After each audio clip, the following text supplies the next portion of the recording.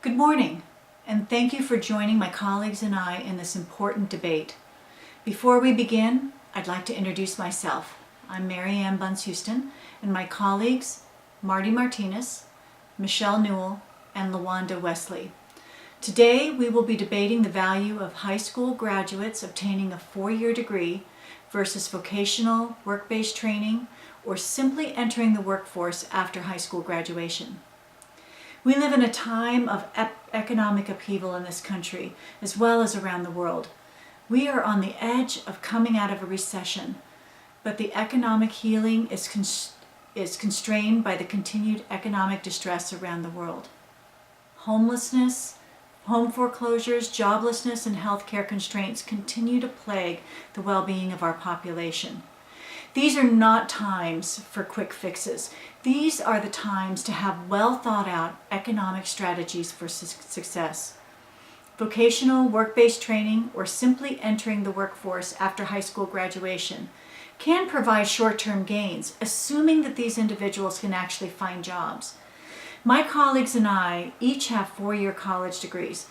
We can certainly attest to the personal struggle that we went through just to make it through college. For myself, I worked up to 4 jobs at a time to get the money for tuition, rent, books, and food. There were many times that I ran short, forcing me to sleep in my car, yet I persevered, providing me with the opportunity to talk to you today about why this struggle was worth it. My colleagues and I can also share personal and professional stories of the hardship caused by lack of education, and we will share some of them with you today. As a nurse for 21 years in a public hospital, I viewed firsthand the struggles of a population living on the edge.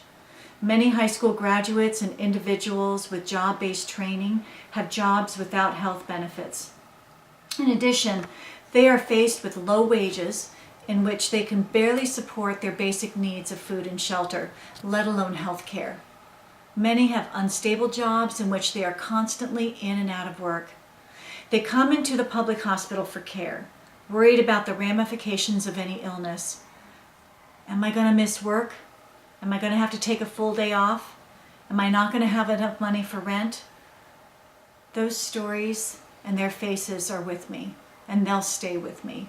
The choices people have to make, I would spend hours helping someone make decisions about whether to spend money on pain medications or on their heart medication.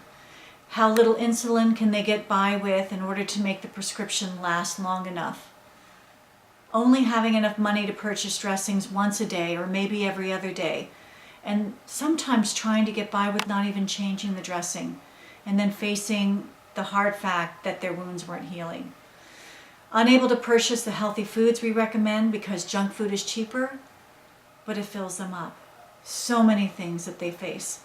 Getting a 4-year degree does not guarantee a job, but it certainly makes it more likely that you will have a job with decent wages and with benefits. In addition, it provides the opportunity to stabilize our communities. After World War II, Germany was faced with strategizing how to rebuild their country. Instead of the government putting the majority of their funding into Social Security to support the elders like we do in this country, they chose to put the majority of their funding into the children. They felt educated youth could rebuild Germany and create a Germany that could compete in the world market. All children are provided with free education and are expected to attend college, which is also fully paid for. During this worldwide recession, Germany has come through relatively unscathed, and I submit that this is due to an educated population that has managed to create sustainable communities. We firmly believe a 4-year degree will provide the best opportunity for the youth in our country to support themselves at a level of income to maintain a good quality of life and provide economic stability in the communities in which they live. And we will show this using 3 economic principles: the scarcity principle, the cost-benefit principle, and the incentive principle. Thank you.